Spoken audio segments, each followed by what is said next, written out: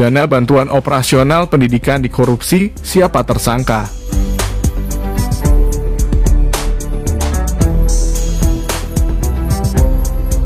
Indonesia Corruption Watch atau ICW merilis ada dugaan korupsi di Kementerian Agama terkait dana bantuan operasional pendidikan atau BOP dengan nilai sekitar 2,5 triliun rupiah. Diduga terjadi karena belum ada upaya memperbaiki aturan penyaluran dana. Dalam laporan terbarunya, ICW menemukan indikasi penyimpangan dan korupsi dalam penyaluran bantuan operasional pendidikan, yang keseluruhan nilai programnya mencapai 2,5 triliun rupiah.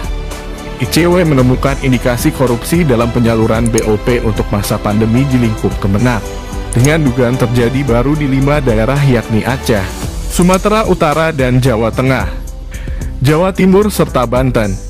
Dalam kasus korupsi BOP sudah ada yang ditetapkan jadi tersangka dan ditahan. Misalnya, Kejaksaan Negeri Kabupaten Pasuruan telah menetapak dan menahan 9 orang tersangka.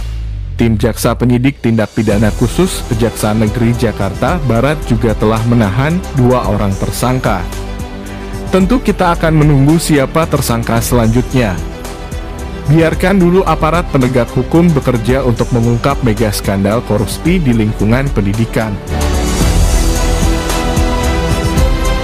Sementara, pengamat menilai korupsi yang terus terjadi di Kementerian Agama adalah akibat masalah birokrasi yang mengakar, dan karenanya perlu reformasi tata kelola untuk memperkecil kemungkinan penyelewengan atau kesalahan administrasi. Koordinator ICW Adnan Topan Husodo juga mengatakan hal yang sama, bahwa korupsi di Kemenak yang terus berulang disebabkan masalah birokrasi yang sudah mengakar, yang sebenarnya juga terjadi di berbagai instansi pemerintah lainnya. Sebagian besar pelakunya pun para birokrat yang duduk sebagai aparatur sipil negara atau ASN di luar pejabat politik. Birokrasi kita, sektor publik kita ini tidak profesional, tidak otonom, tidak steril dari pengaruh kelompok lain yang itu bisa dimanfaatkan oleh kelompok lain di luar, yang itu bisa dimanfaatkan untuk mendapatkan rente dari relasinya secara patronase dengan sektor publik ini, kata Adnan.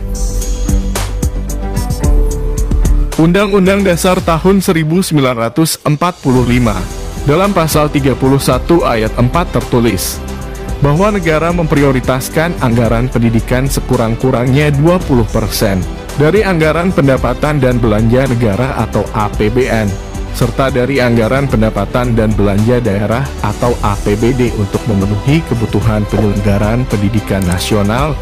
Hal tersebut diupayakan untuk mencerdaskan kehidupan bangsa, sesuai dengan tujuan Indonesia yang tertuang dalam pembukaan UUD 1945. Dengan begitu sangat jelas, bahwa kehadiran pendidikan merupakan hal mendasar yang harus terpenuhi, untuk mewujudkan sebuah bangsa berkarakter maju dan berdaya saing. Dan memang inilah tujuan pendidikan kita, sesuai pembukaan UUD 1945, yaitu untuk mencerdaskan kehidupan bangsa.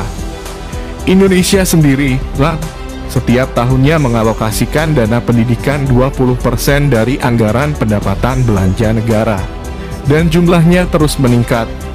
Dengan anggaran sebesar itu, yang mencapai 542,8 triliun rupiah di tahun 2022, seharusnya sudah cukup untuk menghasilkan dan mewujudkan pemerataan pendidikan yang berkualitas di Indonesia. Namun realitasnya tidak demikian. Pendidikan kita masih kalah dengan negara-negara tetangga, misalnya Singapura dan Malaysia, apalagi dibandingkan dengan negara di Eropa atau Amerika.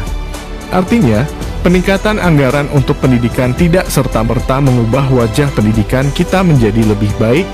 Belakangan ini, kita sering melihat pemberitaan di berbagai media massa terkait kondisi sekolah, terutama di daerah terpencil, yang sangat memprihatinkan.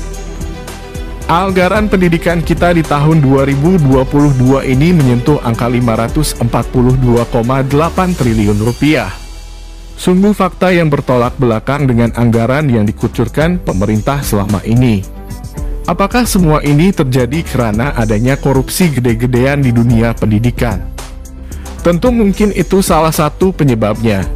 Ketika terjadi tindakan korupsi dalam bidang pendidikan, akan mematikan potensi dari warga negara karena mereka akan kehilangan pendidikan yang berkualitas dan kesempatan untuk mengabdi kepada negara.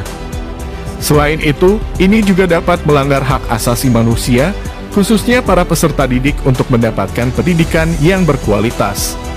Selain itu, terjadinya kesenjangan pendidikan merupakan salah satu problem yang harus juga dientaskan. Kesenjangan yang hingga kini masih terjadi di perkotaan dan pedesaan adalah potret pendidikan di Indonesia. Begitu juga dengan sarana dan prasarana, di mana daerah perkotaan lebih lengkap dan memadai. Kondisi ini berbanding terbalik dibanding sekolah-sekolah yang terdapat di pedesaan, yang mempunyai fasilitas sekolah yang kurang baik dan tenaga pengajar yang kurang kompeten. Rendahnya minat guru mengajar di daerah terpencil akibat minimnya akses transportasi dan fasilitas sekolah yang buruk. Bagi daerah-daerah terpencil seperti di Papua yang sulit untuk diakses, maka proses pendidikan tidak berlangsung secara optimal. Kebijakan pemerintah menetapkan anggaran untuk bidang pendidikan sebesar 20%. Ternyata belum mampu menyelesaikan masalah pemerataan pendidikan. Masih ditemukannya warga negara yang tidak mendapatkan kesempatan pendidikan. Menjadi salah satu bukti bahwa sektor pendidikan kita belum berjalan sesuai ketentuan undang-undang. Pemerataan pendidikan memiliki arti yang lebih menekankan. Bagaimana upaya yang dilakukan oleh pemerintah agar seluruh masyarakat dapat memperoleh hak yang sama di dalam mengakses pendidikan? Dengan kata lain, tidak ada perbedaan antara si miskin dan si kaya, demikian juga tidak terdapat perbedaan antara masyarakat kota dan masyarakat desa. Pembangunan dan pemerataan pendidikan sangat penting, karena perannya yang signifikan dalam mencapai kemajuan di berbagai bidang kehidupan sosial, ekonomi, politik, dan budaya. Karena itu, pemerintah berkewajiban untuk memenuhi hak setiap warga negara dalam memperoleh layanan pendidikan, guna meningkatkan kualitas hidup bangsa Indonesia sebagaimana diamanatkan oleh UUD 1945.